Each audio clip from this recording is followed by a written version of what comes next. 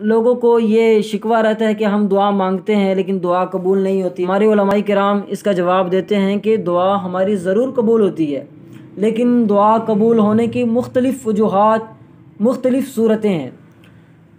4 صورتیں علماء کرام بیان فرماتے ہیں کہ ہم جو دل میں ہماری چاہت ہوتی ہے، ہم اللہ سے مانگ بھی رہے ہوتے ہیں لیکن وہ چیز ہمیں ملتی نہیں ہے، تو کیا ہماری دعا رہ گا جاتی ہے، قبول نہیں ہوتی؟ تو اس کا جواب علماء کرام دیتے ہیں کہ اس کی 4 صورتیں ہیں۔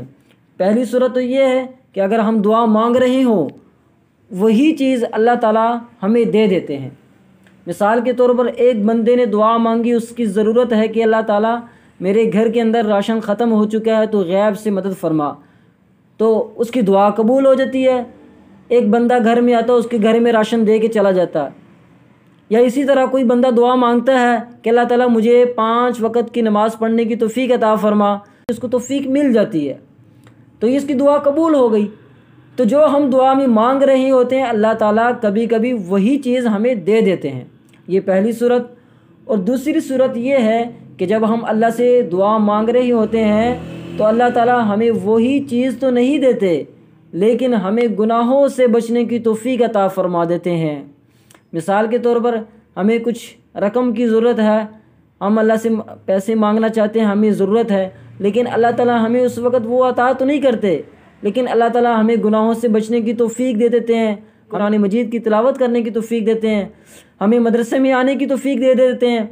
اور اسی طرح جیسا کہ آپ اس وقت ابھی مدرسے میں تشریف فرما ہے، یقیناً یہی آپ کی دعاؤں کا نتیجہ ہوگا یا کسی نے آپ کے لیے دعا کی ہوگی، تو کسی بھی نیکی کی توفیق مل جانا، گناہوں سے بچ جانا، یہ بھی ایک دعاؤں کی قبولیت کی ایک صورت ہے۔ اور تیسری جو صورت ہے دعا قبول ہونے کی وہ یہ ہے کہ ہم جب دعا مانگ رہے ہوتے ہیں وہی چیز تو اللہ تعالیٰ ہمیں نہیں دیتے لیکن کسی بڑی پریشانی سے اللہ تعالیٰ ہمیں محفوظ کر دیتے ہیں۔ مثال کے طور پر اگر ہم نے گھر سے نکلنا ہے تو خدا نخواستہ اگر ہماری قسمت میں ایکسیڈنٹ لکھا ہوا ہے کہ اس بندے نے اس وقت میں فلاں جگہ سے گزرنا ہے اور اس کا ایکسیڈنٹ ہو جانا ہے، لیکن اگر ہم نے دعا مانگی ہوگی تو اس دعا کی برکت سے اللہ تعالیٰ ہمیں اس پریشانی سے دور فرما دیں گے۔ اسی طرح اگر ہمارے گھر والوں کے حق میں کس نے اللہ نے مقدر میں پریشانی لکھی ہوگی تو اس دعا کی برکت سے اللہ تعالیٰ اس پریشانی کو دور فرما دیں گے، تو یہ بھی ایک دعا کی قبول ہونے کی ایک صورت ہے۔ اور چوتھی صورت جو ہماری دعا قبول ہوتی ہے وہ یہ ہے کہ ہم دنیا کے اندر تو دعائیں مانگ رہے ہوتے ہیں، ہمیں وہ چیز بھی نہیں ملتی، نہ ہمیں نیکی کی توفیق ملتی ہے اور نہ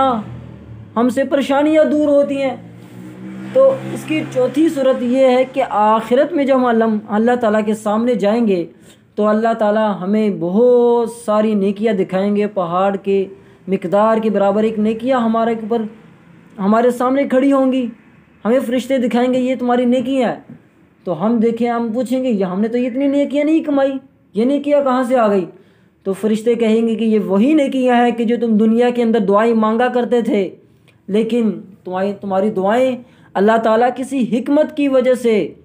وہ دعا دنیا کے اندر اللہ نے قبول نہیں کی، لیکن اس کا صلہ تمہیں آج آخرت میں مل رہا ہے، اتنی ساری نیکیاں تمہیں مل رہی ہیں۔ تو یہ دیکھیے کہ دعا انسان کی ضرور قبول ہوتی ہے لیکن اس کی مختلف صورتیں ہیں، مختلف حیثیتیں ہیں، تو انشاءاللہ ہمیں دعا مانگتے رہنا چاہیے، اپنے والدین کے متعلق بھی، اپنے اولاد کے متعلق بھی، اپنے آپ کے متعلق بھی، اپنے ادارے کے متعلق بھی، تو انشاءاللہ ایک نہ ایک دن ترقی ہمیں نظر آئے گی انشاءاللہ۔ اگر دنیا میں نظر نہ آئی تو آخرت میں اس کا صلہ ہمیں ضرور ملے گا۔